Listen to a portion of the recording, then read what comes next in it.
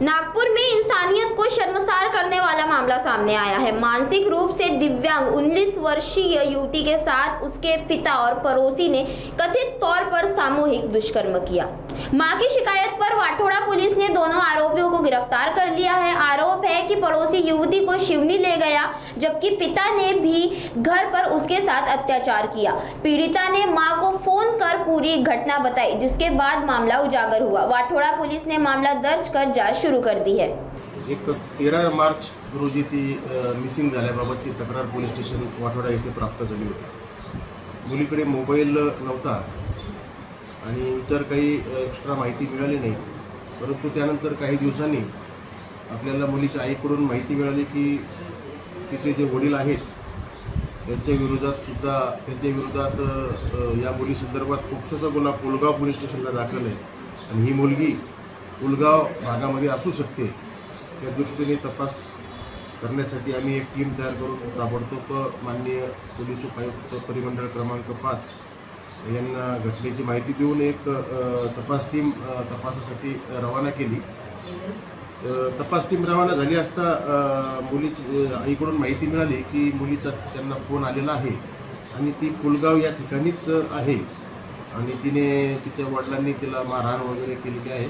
तिच्या वडिलांकडे ती होती अशी माहिती मिळाली आणि तिथून ती पुढे येत आहे। तर तिथं पुलगावला ताबडतोब आपली टीम गेली आणि मुलीला ताब्यात घेऊन परत आले आणि मुलीला प्राथमिक विचारपूस केली। मुलगी 54% स्पीच डिसॅबिलिटी आहे मुलीमध्ये आणि तिला पॅरालिसिसचा सुद्धा लहानपणीपासून आजार आहे।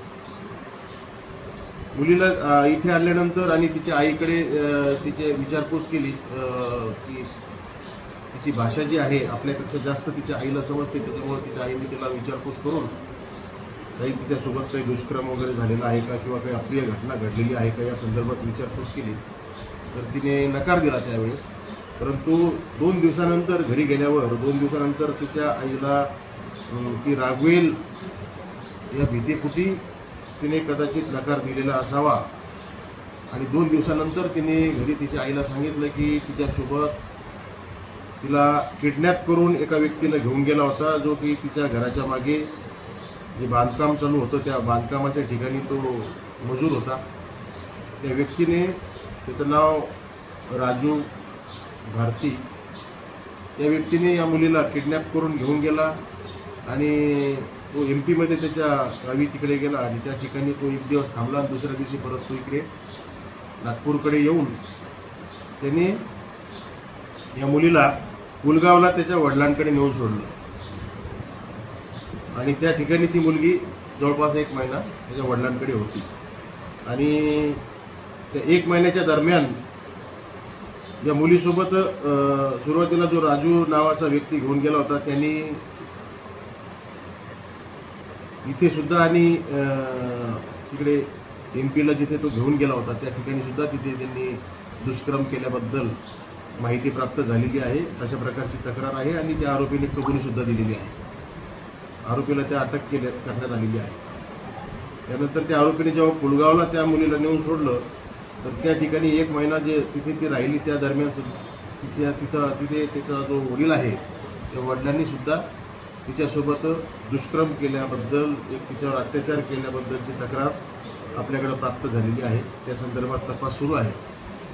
त्या घटनेची आम्ही माहिती मिळाल्यावर तात्काळ दखल घेऊन वरिष्ठांना ताबडतोब माहिती दिली। आमचे ACP साहेब आणि आमचे झोन 5 साहेब DCP साहेब यांना तात्काळ माहिती दिली। त्यांनी घटनेचं गांभीर्य बघून आम्हाला स्वतंत्र टीम तयार करण्याचे आदेश देऊन ताबडतोब पुलगाव या ठिकाणाहून